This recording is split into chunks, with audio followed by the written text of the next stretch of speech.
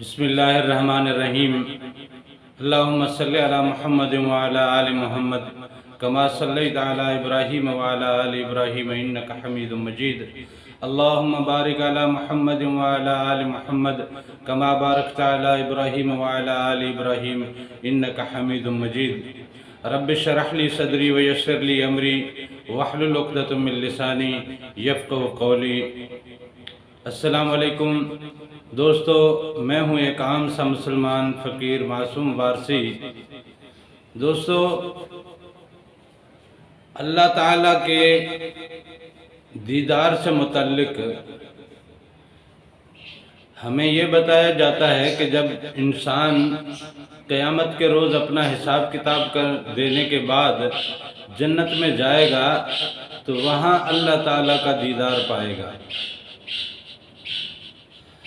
اب جنت میں جانے کے لیے جو چیز ہے وہ قلب سلیم ہے، وہ روح ہے، وہ انسان کے جسم کے اندر کے باقی لطائف ایک جسم بن کر وہاں جنت میں جائیں گے، کیونکہ یہ خاکی جسم تو خاکی ہے۔ اس خاکی جسم کی تخلیق عالم ناسوت کے انداز میں اور عالم ناسوت کے فارمولے پہ بنائی گئی ہے، کیونکہ جس عالم کا یہ وجود ہے وہ اسی عالم کی نسبت کی چیزوں سے بنے گا تو اسی عالم میں رہ سکے گا نا۔ اگر حضور نبی کریم صلی اللہ علیہ وسلم کے لیے جیسے کہتے ہیں کہ اگر حضور نبی کریم صلی اللہ علیہ وسلم کو بشری صورت نہ دی جاتی تو اعتراض اٹھ سکتا تھا نا کہ یہ تو اللہ کے پیغمبر ہیں، یہ اللہ تعالیٰ کے طفل نوری کی تخلیق ہیں، ان کے روح کی شکل اللہ کے جیسی ہے، جو اللہ کی صورت ہے وہی محمد کے روح مبارک کی صورت ہے، اور بہت ساری چیزیں کہی جاتی ہیں۔ انسانوں جیسے تو ہے نہیں، انسان ہے نہیں تو انسانوں والی زندگی میں یہ انسانوں کو سبق کیسے دے سکتے ہیں؟ لہذا یہ انسانوں والا معاملہ ان کے ساتھ اگر نہ رکھا جاتا تو انسانوں کی رہنمائی کے لیے وہ جو کچھ بھی بتلاتے، جو کچھ بھی کرتے، جو بھی صعوبتیں برداشت کرتے، جو تکلیفیں برداشت کرتے، جو بھوک برداشت کرتے، جو غربت برداشت کرتے، جو تکلیف برداشت کرتے، جو جگراتے برداشت کرتے، تو ممکن نہیں تھا نا کہ ہر کوئی کہہ سکتا تھا کہ بھائی انسان تو ایسی چیزیں نہیں کر سکتا، یہ انسان نہیں ہے لہذا یہ کر سکتے ہیں۔ صرف اسی لیے کہ انسان کے لیے ایک رہنمائی کا جو مشعل راہ بنا کے جنہیں اس دنیا میں بھیجا گیا ان کو بھی انسانی اسلوب کے انداز سے بنایا گیا، اسی طرح انسان کو بھی اس دنیا میں جو بھیجا گیا ہے تو اس ناسوت کے اسلوب پہ بنا کے بھیجا گیا ہے۔ یہ عالم ناسوت کے اسلوب پہ بنا ہوا انسان عالم ناسوت میں یہ فنا ہو جائے گا۔ کتنے ہی لوگ ہیں آج بھی قبریں کھود کے دیکھیں وہاں ہڈیاں ملتی ہیں، بلکہ بہت ساروں کی ہڈیاں تو گل سڑ گئی ہیں۔ تو یہ جسم تو پانی میں کوالیفائی نہیں کرتا، یہ ہواؤں میں فضاؤں میں کوالیفائی نہیں کر سکتا، اس کو مٹی میں دفنا دو زندہ انسان کو کتنی دیر زندہ رہ پائے گا؟ یہ جب مٹی کا بنا انسان مٹی کو کوالیفائی نہیں کر سکتا تو یہ جنتوں کو کوالیفائی کیسے کر سکتا؟ تو صاف ظاہر ہے جنتوں کو کوالیفائی کرنے والی جو چیز ہے وہ انسان کا جو لطیف قلب ہے وہ قلب سلیم ہے۔ فرمایا گیا ہے نا کہ یوم لا ينفع مال و بنون الا من آتی اللہ بقلب سلیم، اس دن تو مال اور اولاد نفع نہیں دے گی سوائے اس کے جو قلب سلیم کے ساتھ وہاں حاضر ہوگا۔ تو یعنی وہاں آخرت میں کامیابی کے لیے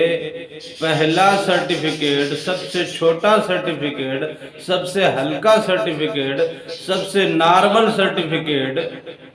سب سے لو کیٹیگری کا سرٹیفکیٹ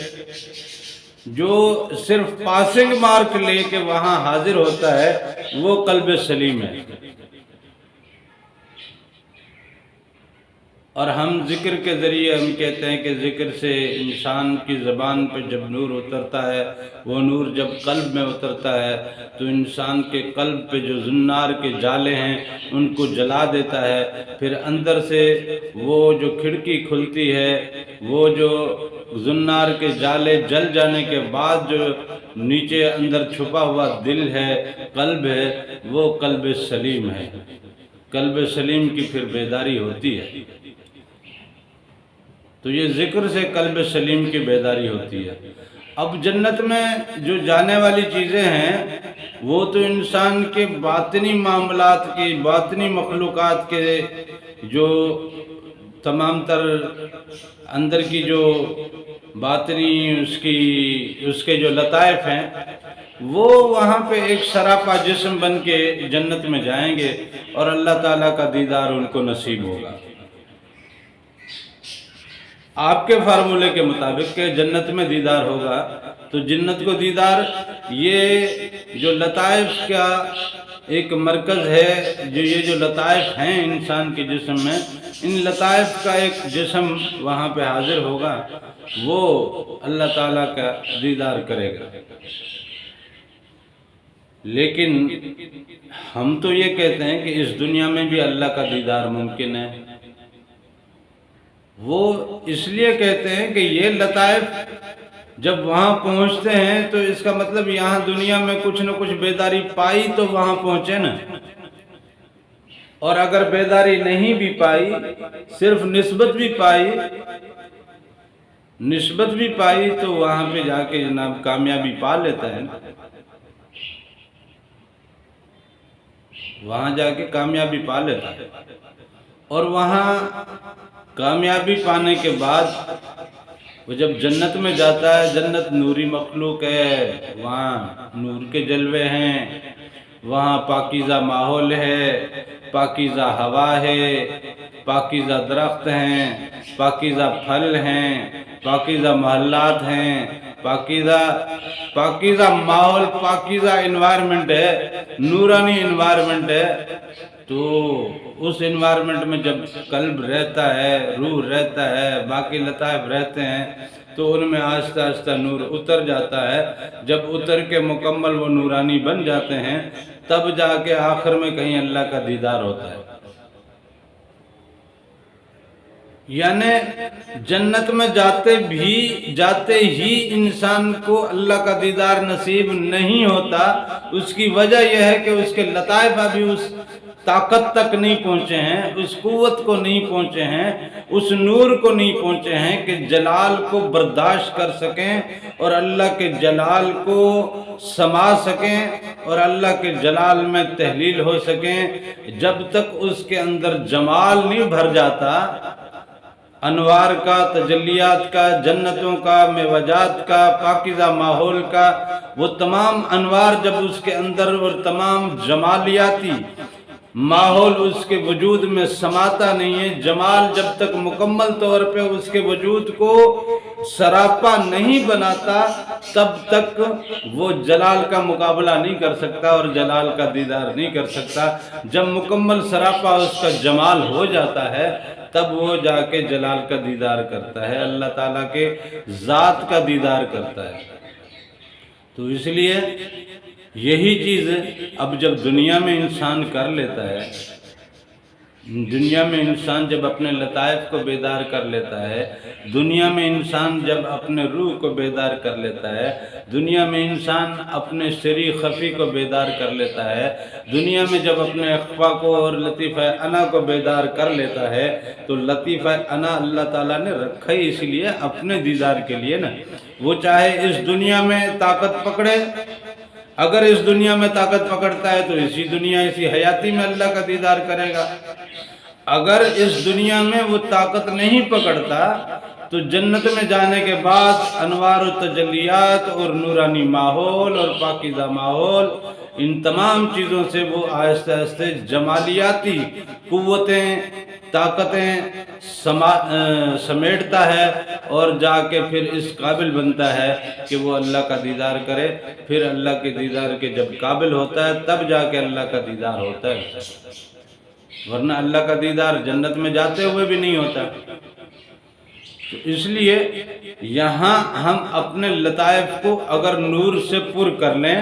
نور سے بیدار کر لیں، ان کی نورانی گردشوں کو اس حد تک گرما سکیں کہ وہ اپنے اپنے عالم کی طرف پرواز کی طاقتیں پا لیں۔ جب یہ طاقتیں پا لیتے ہیں تو اللہ کا دیدار کر لیتے ہیں۔ اللہ تعالیٰ نے بھی تو فرمایا ہے نا کہ میں ایک وقت آتا ہے کہ جب میں اس کی جناب زبان بن جاتا ہوں، میں اس کی آنکھ بن جاتا ہوں، میں اس کے کان بن جاتا ہوں، میں اس کے ہاتھ بن جاتا ہوں، میں اس کے پیر بن جاتا ہوں۔ تو یعنی یہ جب اللہ تعالیٰ آنکھ، زبان، کان، پیر وغیرہ بنتا ہے تو اس کا مطلب یہ نہیں کہ جب بنا تو پھر وہ ہمیشہ کے لیے آنکھ ہی رہے گا۔ بندے کے اوپر ایک لمحہ آتا ہے جب وہ اللہ کی آنکھ بن جاتا ہے، اللہ کی زبان بن جاتا ہے، لیکن وہ صرف ایک لمحہ ہی ہوتا ہے، وہ صرف ایک لمحہ ہی ہوتا ہے جس لمحے وہ اللہ کے دیدار میں اس حد تک جاتا ہے۔ وہ لمحہ بار بار بھی آ سکتا ہے، وہ کیفیت کچھ پل کے لیے بھی آ سکتی ہے، وہ کیفیت کچھ پہروں کے لیے بھی آ سکتی ہے، وہ کچھ دنوں کے لیے بھی آ سکتی ہے، لیکن وہ مستقل قائم صورت نہیں رہتی کہ وہ اللہ کا زبان بنا رہے، اللہ کی آنکھ بنا رہے، اللہ کا ہاتھ بنا رہے، اللہ کے پیر بنا رہے۔ یہ مستقل اس بندے کے ساتھ یہ صورت یا یہ کیفیت نہیں رہتی، یہ کچھ لمحوں کے لیے رہتی ہے۔ اب بات یہ ہے کہ اگر کچھ لمحوں کے لیے اللہ اس کا ہاتھ بن گیا، اللہ اس کی آنکھ بن گیا، جب آنکھ اللہ بن گیا تو وہ آنکھ خود اپنا دیدار نہیں کر سکتی۔ ہماری آنکھ تو اپنے آپ کا دیدار نہیں کر سکتی نا۔ جب ہم کو شیشہ رکھتے ہیں تب اپنا چہرہ دیکھتے ہیں، باقی تو اپنا سراپا ہماری آنکھ دیکھ لیتی ہے، لیکن چہرہ دیکھنے کے لیے ہماری آنکھ کو ایک آئینہ چاہیے۔ لیکن اللہ تعالیٰ کے معاملات میں یہ ایسا نہیں ہے۔ یہ دنیاوی اسباب، یہ دنیا جو ہے یہ اسباب کی دنیا ہے، یہاں تو کوئی سبب چاہیے نا۔ جب تک شیشہ نہیں ہوگا تب تک آپ اہتمام، جب تک نہیں ہوگا تب تک آپ اپنا چہرہ نہیں دیکھ سکتے۔ لیکن باطنی طور کی جو آنکھ ہوتی ہے، جو باطنی آنکھ ہوتی ہے، وہ آپ کا چہرہ بھی دیکھتی ہے، وہ آپ کی تمام جسم کو بھی دیکھتی ہے۔ اللہ کی آنکھ اللہ کو، اپنے آپ کو اللہ اپنی پوری ذات کو اپنی آنکھ سے دیکھتا ہے۔ تو جب بندہ اللہ کی آنکھ بن جاتا ہے تو پھر اللہ کا دیدار بھی کر لیتا ہے۔ تو اس لیے اگر کوئی یہ کہے کہ اس دنیا میں اللہ کا دیدار نہیں ہو سکتا تو میں یہی کہوں گا کہ اس کو اللہ تعالیٰ نے وہ چیز عطا ہی نہیں کی کہ جس کی وجہ سے وہ اللہ کا دیدار کر سکے۔ اسے چاہیے کہ وہ اللہ کے حضور گڑ گڑائے، اللہ کے حضور سجدہ ریز ہو، اللہ سے اپنی محبت اور عقیدت اور اپنے عشق کو اور زیادہ گرمائے، تاکہ اللہ کی طرف سے اس کے اوپر یہ نعمت، یہ عنایت، یہ مہربانی، یہ کرم اس کے اوپر نازل ہو۔ جب نازل ہوگا تو اللہ کا دیدار ہو جائے گا۔ اللہ کا دیدار خلیفہ رب نے جب بنایا ہے تو ایک خلیفے کا اپنے مالک سے ملنا، اپنے مالک کے روبرو رہنا، اپنے مالک کے سامنے اپنے مالک سے ہم کلام ہونا، یہ تو اصولی بات ہے، یہ تو ہو کے رہنی ہے، یہ تو اس میں تو کوئی شک و شبہ والی بات نہیں ہے۔ لیکن بات پھر وہی ہے کہ بندہ اس منصب تک پہنچے، ان معاملات تک پہنچے، اور ان معاملات تک جب پہنچ جاتا ہے تو اللہ کا دیدار ہو جاتا ہے۔ اس میں کوئی ممکن ہے، کوئی مطلب ایسی بات نہیں ہے کہ ایسی اعتراض والی بات نہیں ہے، ایسی کوئی شک والی بات نہیں ہے کہ اللہ کا دیدار نہیں ہو پائے۔